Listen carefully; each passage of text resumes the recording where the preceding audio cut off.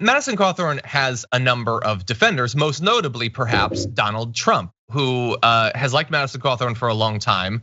And the weird comments about sex parties and everything are hardly gonna turn off Donald Trump. That's his dream after all.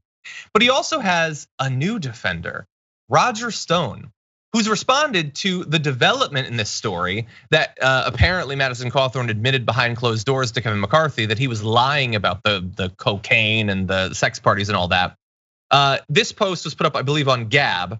And in it, he says, Congressman Madison Cawthorn just told me that he has not retracted his claims about sex-fueled orgies among DC elites.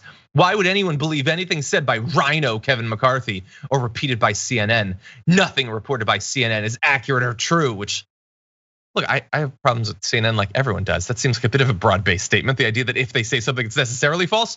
But in addition to this being Roger Stone sticking with Madison Cawthorn on the sex parties comment, the thing about that I find so interesting is Roger Stone seems to have an objective here, and I believe it's the same objective that Madison Cawthorn started with, which is to appeal to the QAnoners, because you'll notice in that comment, maybe we can put it back up again, he says the claims were about sex-fueled orgies among DC elites, which is not technically untrue, but specifically it was about Republicans doing this.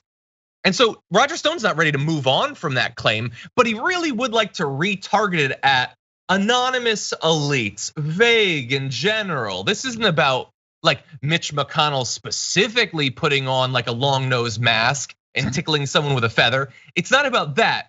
It's about vague elites. They love the vague accusations of weird sexual perversion and stuff like that.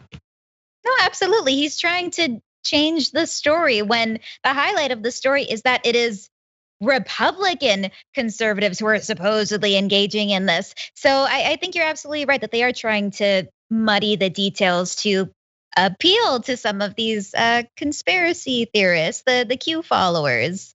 Yeah, 100%. By the way, Adam noticed in the chat, if we could put up that Roger Stone thing one more time. I actually missed one thing in this, which is he says the claims are specifically about sex-fueled orgies, as opposed to what, like Rockstar energy drink fueled orgies? Like, yeah, no, sex is a pretty important part about fueling an orgy. I hear anyway. I'm not invited to many parties in the DC area.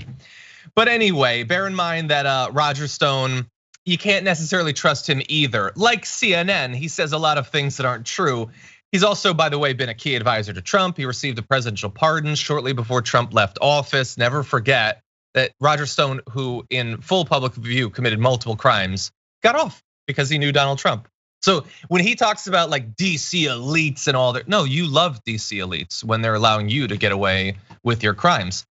He was convicted of lying to investigators, obstructing a congressional probe, and witness tampering, which he did literally in and out of the courtroom. There's no dispute that he committed these crimes, but he's an elite and he knows elites, so he gets away with it. And by the way, in terms of the content of this story, Stone was forced to resign from Republican presidential candidate Bob Dole's campaign way back in 1996 after the National Enquirer and the Star reported that he and his wife Nydia had advertised in swingers magazines seeking group sex. So again, that I think is a horrible reason to make someone resign from a campaign, even if it's like literally one of the worst people in the country.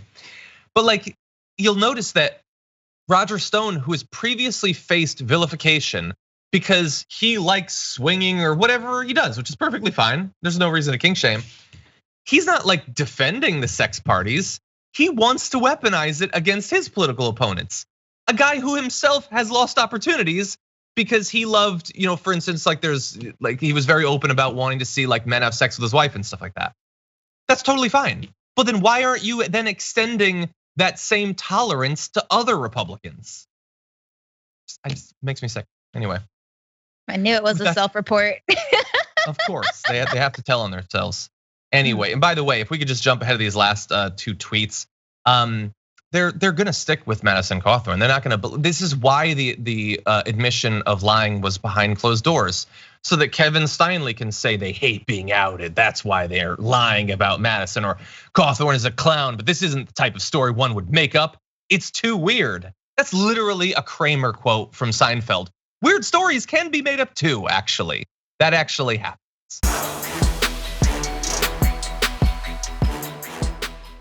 For more political news breakdowns, interviews, stories of activism, and me trying my hardest to care about the occasional big celebrity news story, subscribe to our YouTube channel at youtube.com/The Damage Report. And you can ring the bell wherever it is so you don't miss anything.